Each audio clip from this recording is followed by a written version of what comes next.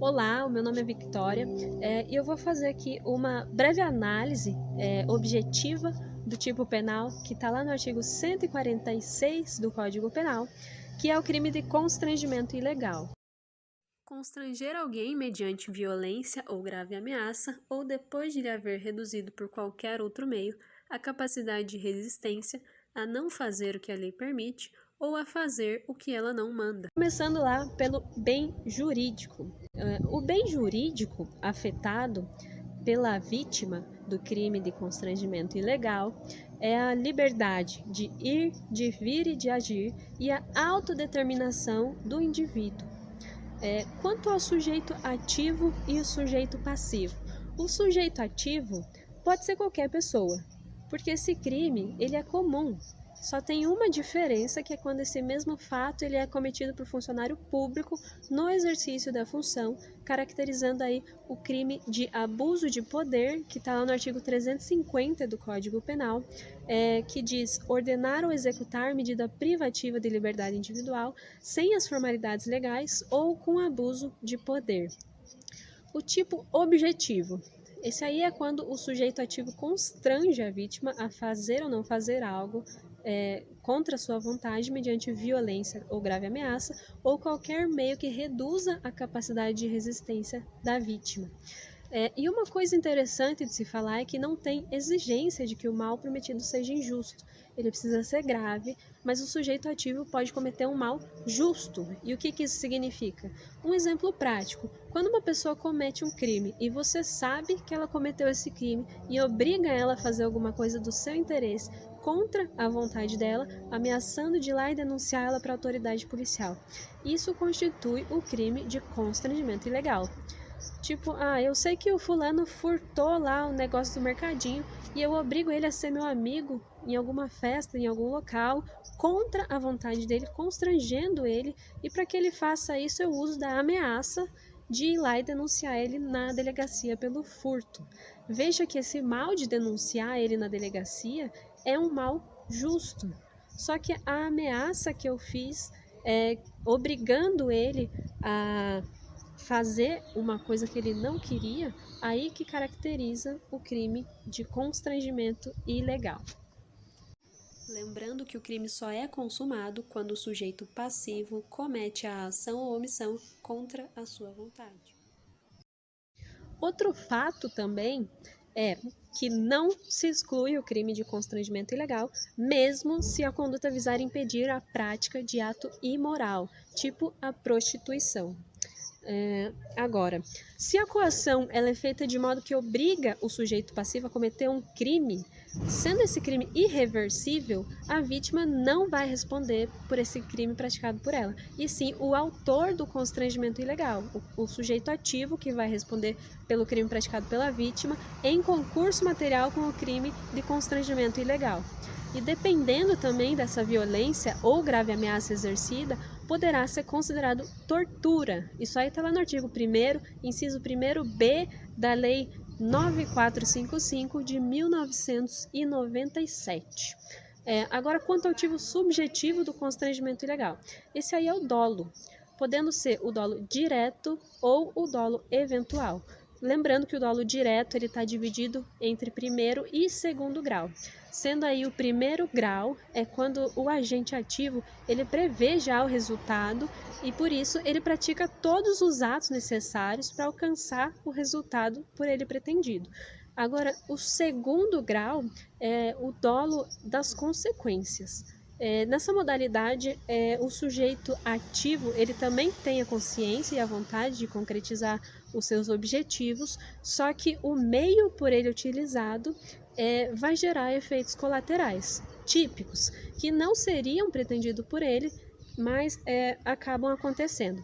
Agora, o dolo eventual é quando a gente prevê mais de um possível resultado típico que possa acontecer, conforme a sua conduta, só que ele escolhe apenas um desses resultados, que é o que ele pretende atingir. Só que aí você vê que ele assume os riscos de atingir um segundo resultado, mesmo que não seja o que ele havia pretendido, a sua pretensão inicial. Agora, quanto à consumação e tentativa. A consumação desse crime de constrangimento ilegal, ela acontece no momento em que a vítima faz ou deixa de fazer algo contra sua vontade em observância do sujeito ativo, seja mediante a grave ameaça ou a violência.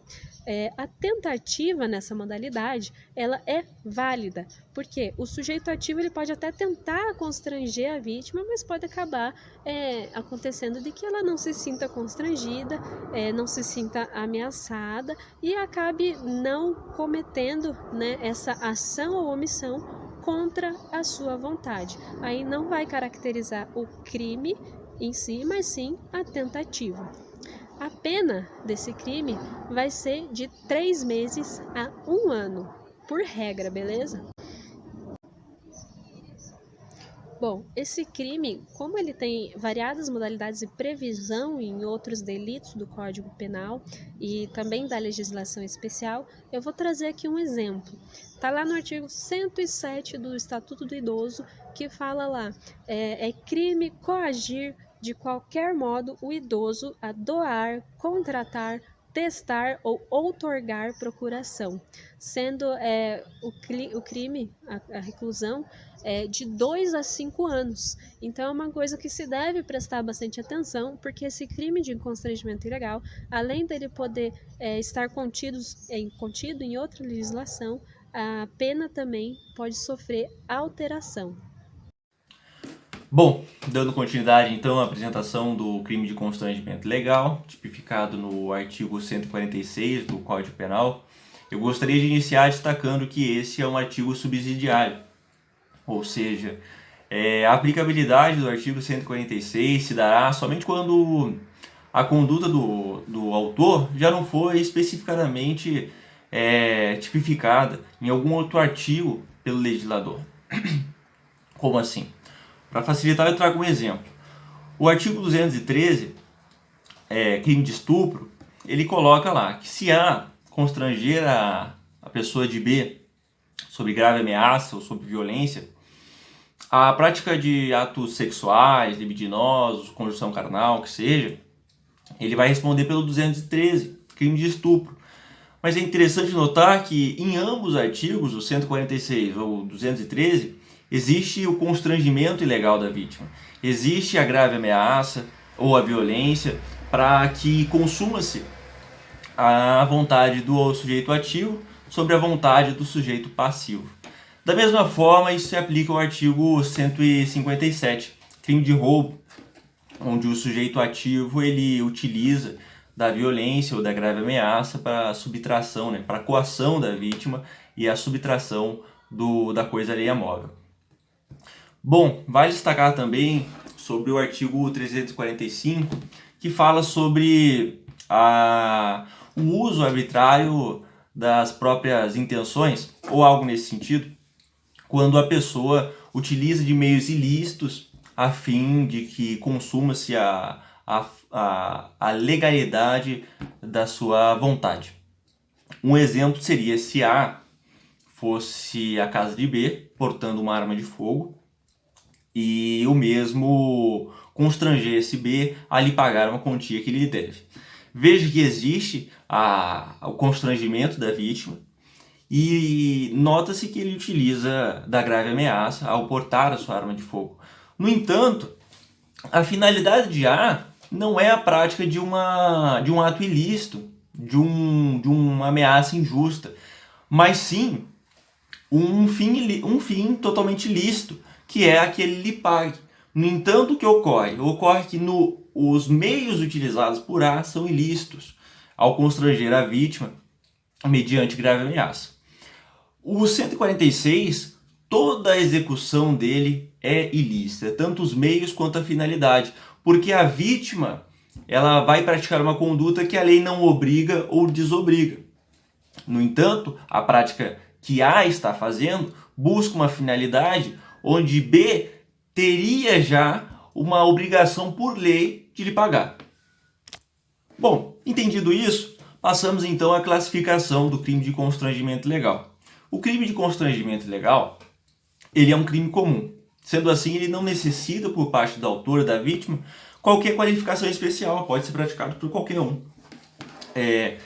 Inclusive, permite-se aqui o concurso de agentes, a prática desse crime por mais de 2 pessoas. Inclusive, no parágrafo 1º, existe uma majorante, um aumento da pena ao ser executado por mais de 3 pessoas, né? Um exemplo seria se uma torcida organizada constrange a outra torcida organizada a sair do ônibus. Veja que existe mais de 3 agentes ali. Além disso, eu gostaria de falar também sobre as excludentes de tipicidade, que estão destacadas no parágrafo 2º e 3º do Código Penal, onde a aplicabilidade do artigo 146 não se dará nos casos de impedimento ao suicídio, ou seja, se eu constranger a vítima que pretende se matar mediante violência, se eu empurro ela para fora do penhasco, não para cair do penhasco, né, mas para puxar ele para dentro do penhasco. Então isso já não seria possível que eu fosse indiciado pelo 146, porque a minha vontade, embora sobrepuja a vontade da vítima, que é se matar, existe a minha vontade está o quê? Privilegiando a saúde daquela vítima. Ou seja, o bem jurídico vida está acima do bem jurídico liberdade individual, né? Vontade individual da vítima. Da mesma forma ocorre na prática médica, onde um exemplo seria se o médico utiliza de violência ou de grave ameaça para que a vida daquela paciente ou daquele paciente seja protegido, né? Um exemplo muito utilizado seria se a pessoa de B, que é praticante da religião dos testemunhas de Jeová, que não podem fazer a transfusão de sangue, e o médico ainda assim faz essa transfusão de sangue, embora o seu pai não queira que seja feito. O que acontece? O médico ele visa proteger a vida daquela paciente. Então, a vida, o bem jurídico vida, está acima da liberdade individual, da vontade individual do agente. Acredito que seja isso, espero que tenha sido claro a minha explicação. Peço desculpas pelo enrolamento, pela enferrujada que eu estou. Faz tempo que eu não apresento vídeos ou qualquer tipo de apresentação de trabalho. Um grande abraço ao professor Bernardo e até mais.